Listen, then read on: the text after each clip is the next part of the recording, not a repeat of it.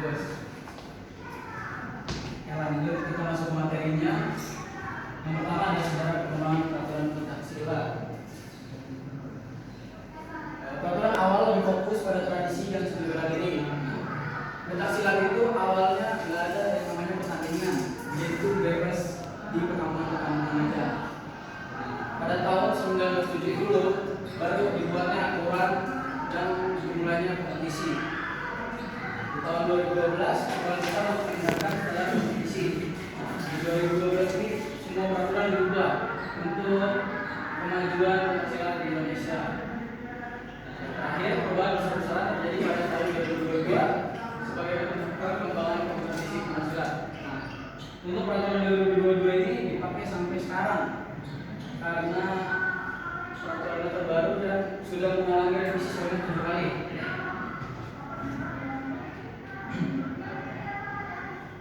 Sebelum lanjut, ada yang tahu pencaksilat itu diresmikan sebagai warisan budaya Indonesia itu kapan?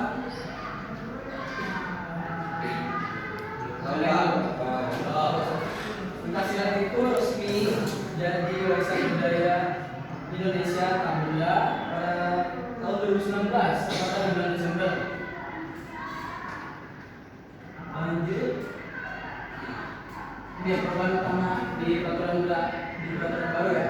Untuk peraturan 2022 itu utama ada teknik. Peningkatan standar teknik menekankan gerakan akurat dan efisien dibandingkan yang banyak sekali perubahan penambahan teknik. Di 2012 itu teknik bantingan hanya sekedar bantingan tangkapan kaki. Tapi sekarang di peraturan 2022 atlet dibolehkan untuk menangkap bagian bodi. Degus sama Nuril boleh maju untuk menambahkan sedikit.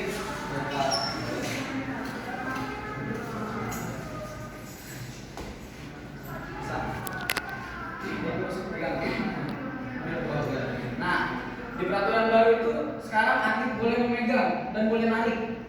Nah, tetapi ada aturannya lagi, tidak boleh narik dua tangan. Boleh juga. Nah, tidak boleh narik dua tangan di body.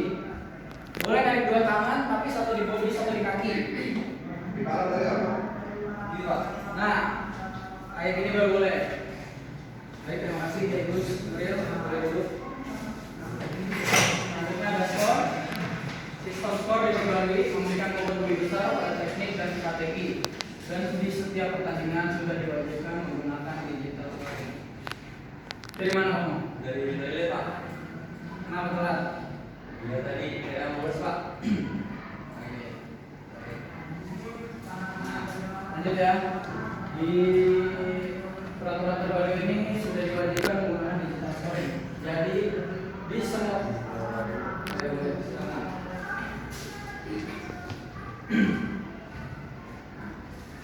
semua pertandingan pencaksilat di Indonesia bahkan di seluruh dunia sudah menggunakan digital scoring. Sudah tidak ada lagi sistem penilaian manual.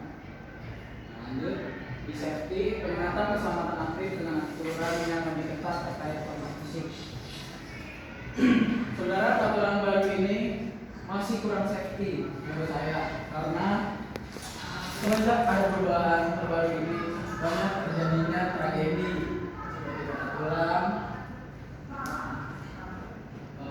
dislocation dan lain-lain.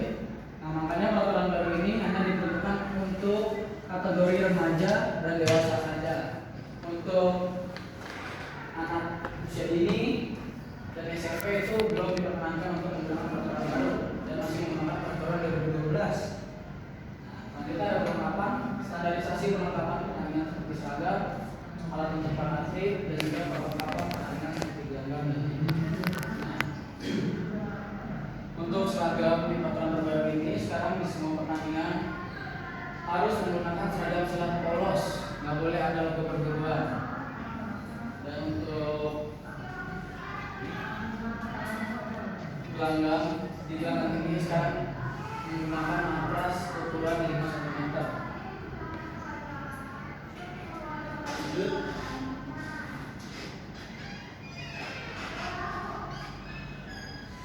Ini dari mana ini? Baru kaki dari Silahkan.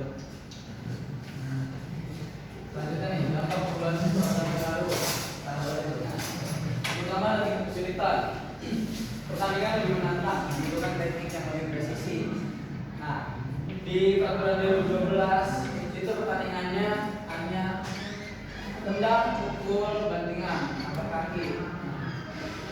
Di peraturan terbaru ini kita lebih menantang karena sudah menggunakan tarikan dan peraturannya sudah banyak yang berubah. Kita ada strategi, atlet harus lebih strategis dalam memilih teknik dan taktik.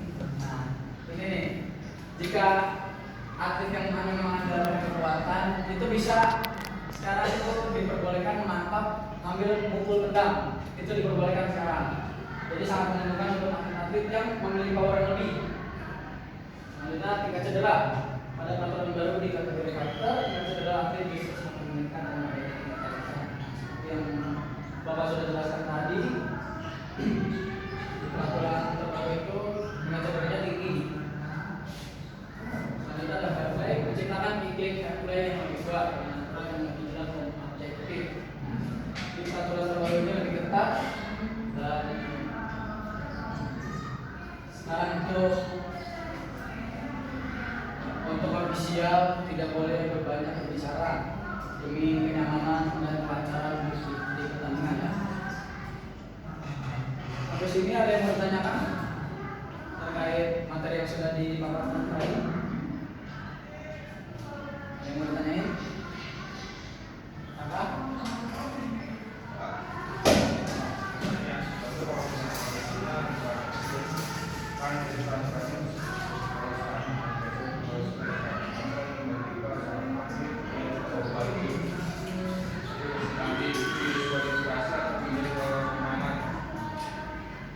Solusinya itu yang pertama bisa minjem ke atlet lain.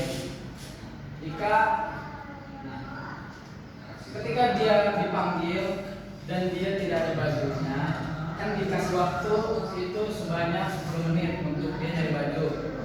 Dalam 10 menit itu jika dia tidak menemukan baju ganti, dia akan didiskualifikasi. Bagi pertanyaan, Pak.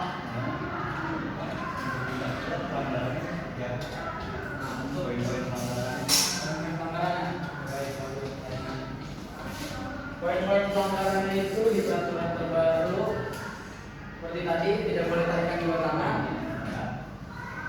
Selanjutnya ofisial tidak boleh berteriak.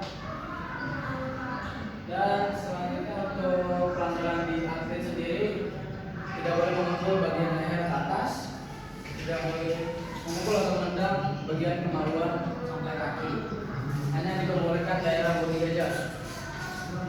Ada lagi? Cukup? Terus? Poin-poin pencak silat itu apa aja Pak? Poin-poin pencak silat. Di pencak silat sendiri itu poinnya dibagi menjadi 3. Yang pertama poin pukulan. Poin pukulan berjumlah 1. Poin tendangan berjumlah 2. Dan bantingan berjumlah 3 poin. Lagi? Lanjut. Dengan adanya peraturan baru, para atlet dan pelatih menghadapi tantangan. Yang pertama ada adaptasi. Atlet harus beradaptasi dengan aturan baru dan teknik baru. Nah, ini banyak banget nih. Di awal-awal perubahan peraturan baru ini banyak munculnya karena para atlet sudah terbiasa dengan peraturan lama. Yang kedua adalah latihan. Pelatih perlu mendesain program latihan yang efektif untuk peraturan baru. Untuk pelatih-pelatih yang sudah terbiasa melatih di peraturan lama, itu sangat sulit untuk mengubah program latihannya di peraturan baru ini. Makanya di setiap daerah sekarang itu diadakannya program untuk para pelatih ini mendesain program latihan yang efektif untuk diatur di peraturan baru ini. Yang ketiga itu ada motivasi atlet perlu ditingkatkan untuk menghadapi peraturan baru. Ketika adanya perubahan baru ini, banyak atlet-atlet yang takut untuk lanjut lagi ke pertandingan profesional ini karena tingkat cederanya itu tinggi dan sangat sulit untuk beradaptasi ya jika sudah terbiasa dengan peraturan lama. Sangat sulit untuk atlet-atlet yang sudah begitu lama. Ada yang ditanyakan?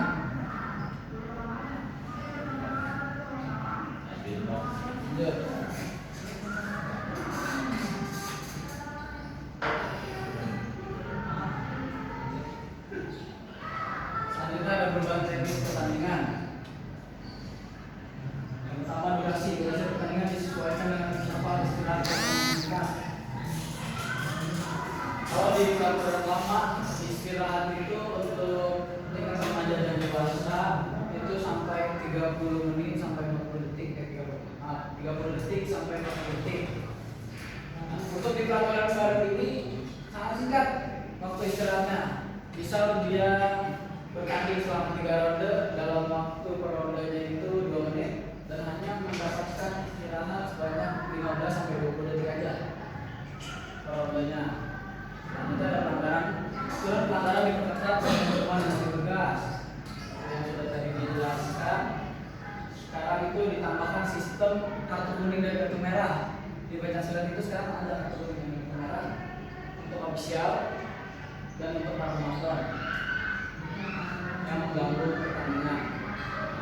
Untuk pelanggaran diperketat di gelanggang itu untuk para atlet itu mencederai lawan dengan sengaja itu kena pelanggaran ketat. Nah, kita ada lengkap regulasi tentang fisik diperbarui dengan batas yang ketat. Sebenarnya ini kurang benar ya, karena di peraturan baru ini tidak ada batas pukulan. Kalau di peraturan lama itu kita ada 6 kali serang diberhenti, 6 kali serang berhenti. Dan untuk peraturan baru ini kita bebas mau mukul berapa kali aja sampai salah satunya keluar gelanggang atau ada yang jatuh. Gitu. Selanjutnya, persiapan kompetisi di era peraturan baru. Yang pertama itu pemahaman aturan, mempelajari peraturan baru dan adaptasi teknis. Makanya sebelum diterapi peraturan baru ini di pertandingan, diadainnya seminar untuk penjelasan pengetahuan peraturan baru dan teknik-teknik terbaru. Yang kedua adalah spesifik, meningkatkan teknik, strategi dan kebugaran. Yang ketiga simulasi pertandingan, menjalankan simulasi untuk mempersiapkan.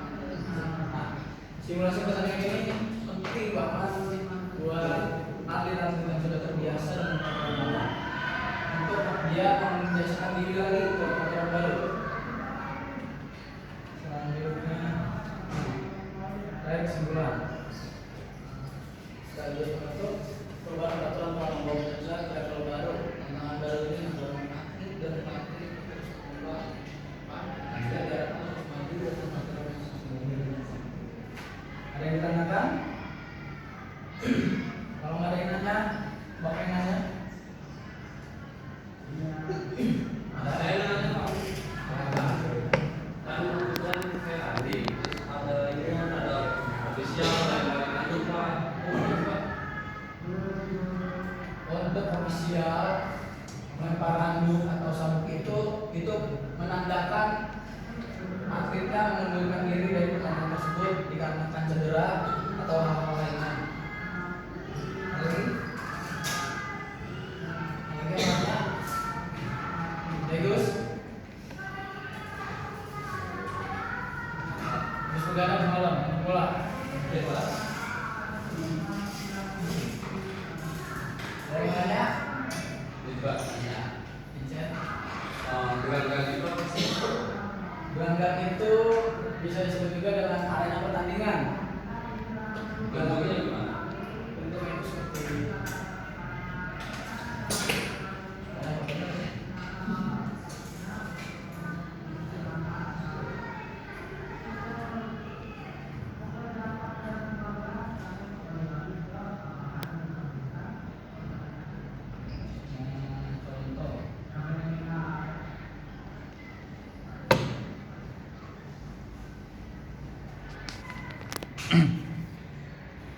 Ini contoh.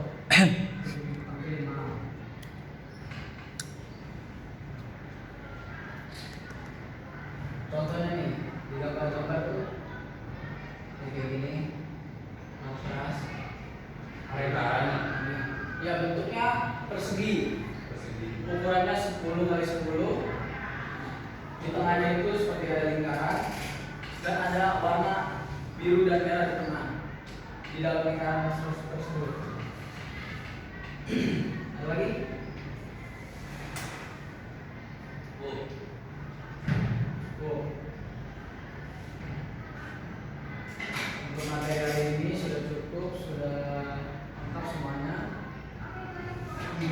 lanjut kita bahas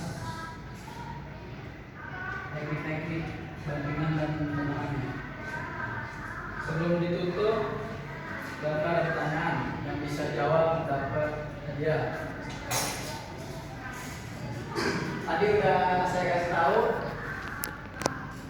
kapan pencak silat jadi warisan budaya Indonesia tak benda.